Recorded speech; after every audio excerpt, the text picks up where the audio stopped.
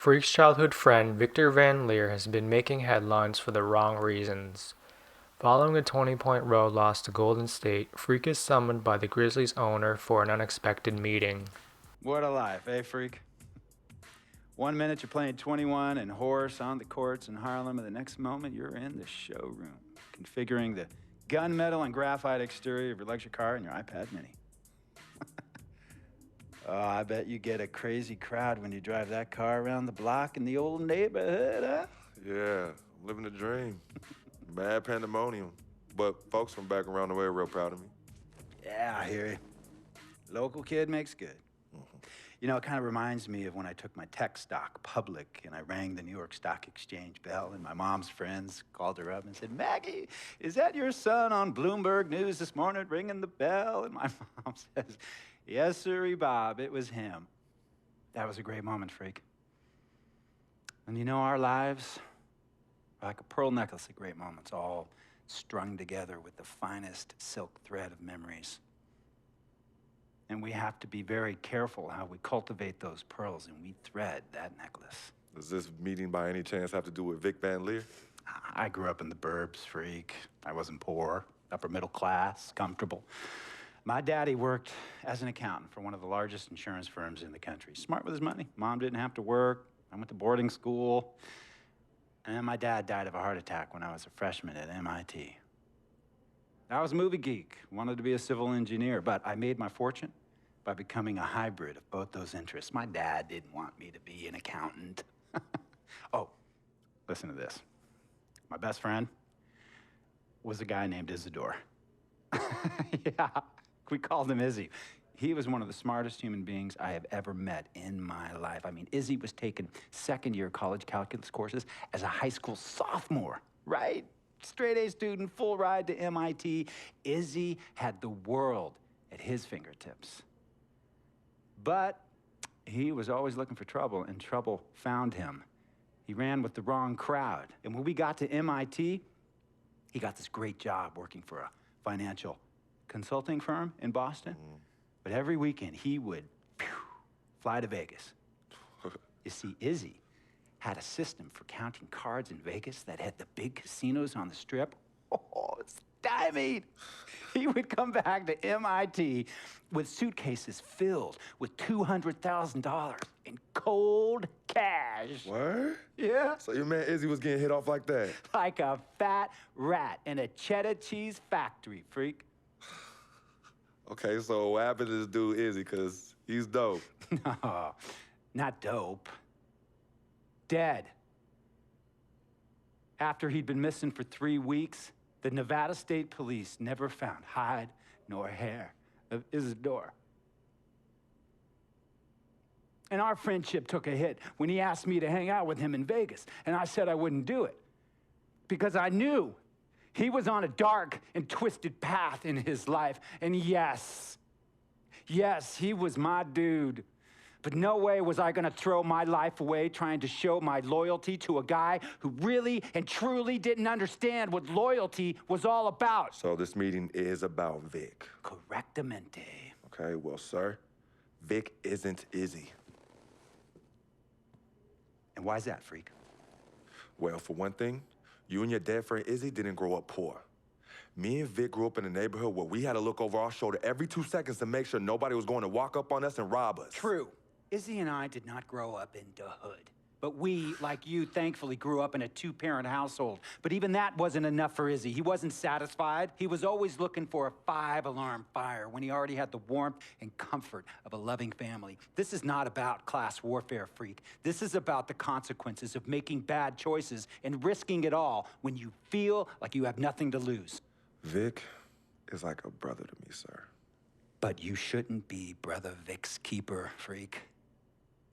Would a brother go looking for trouble and put your career and your livelihood at risk by getting into fights at nightclubs and seedy after-hour joints and then scream to the media, "Yeah, it's all good, I'm an FOF, friendo freak. It's all misunderstanding. Y'all be haters, don't hate my game." I don't think a brother would do that to someone they really cared about, but a guy who looked at you like a meal ticket would. No. See, you don't understand Vic. Really? I don't understand. No.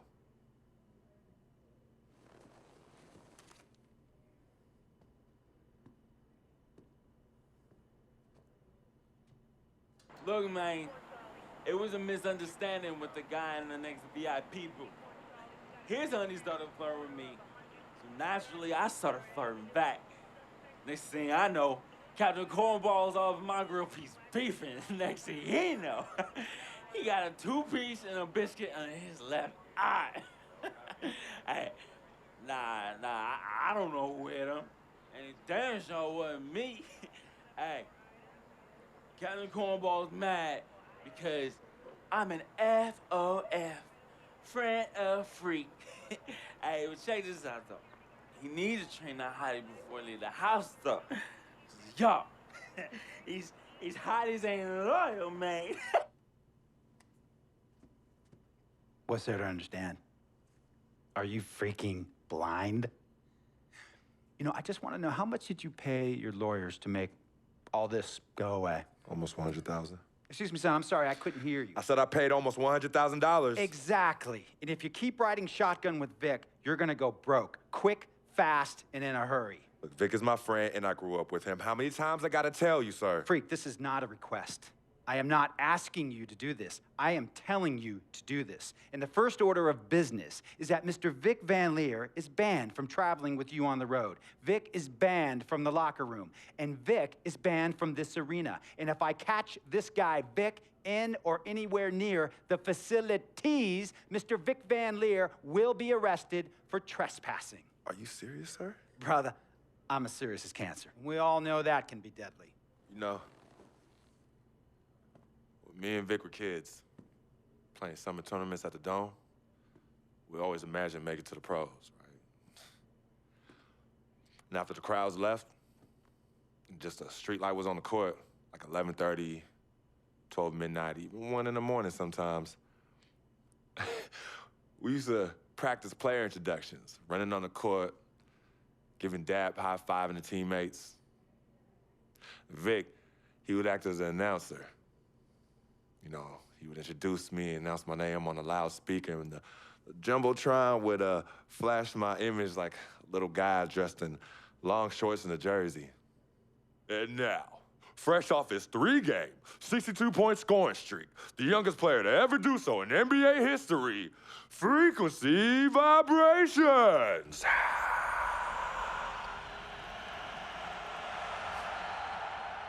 So me and Vic would sit in those empty bleachers at the Dome and dream like nobody's business.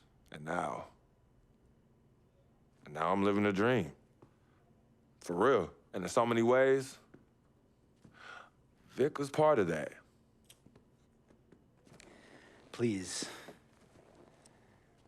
listen to me. I mean, I know this guy's your dude from way back. Look, me and Vic go way back like the front seats of a '67 Cadillac. That's good. We go way back.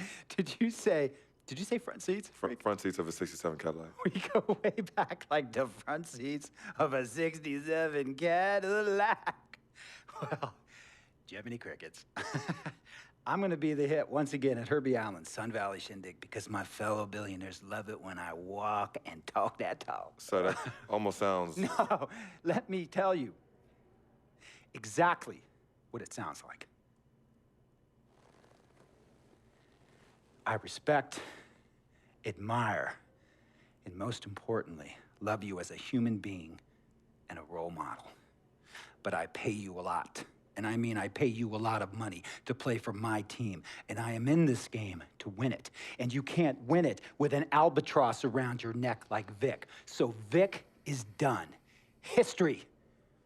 And here's some more lingo that I picked up from a former megastar who used to play for me several seasons ago. Thought I would never release him until I did. And now he's the sixth man on a struggling team in Venice. And yeah, I'm talking Venice with the canals and the gondolas and Harry's bar, not the street ballers next to the fortune tellers on the beach in Cali. This guy used to tell me when he thought there was a player destroying our team, don't be a hero, cut that zero. And that is is what I am telling you about Vic. Freak, don't be a hero. Cut that zero. The only thing Vic brings into your life is headache and unwanted and unnecessary negative attention. And it will begin to affect your mindset. And when it affects your mindset, it's gonna affect your play. And when it affects your play, it's gonna affect my team. And when it affects my team, it's gonna affect my money. And if it affects my money, Google Translate will become your new freaking friend. I want a championship ring, freak, and I want you to help me get that ring. And banners after banners hanging from the rafters in this arena.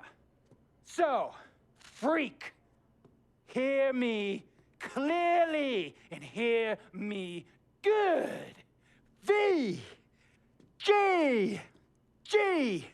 Vic, gotta go!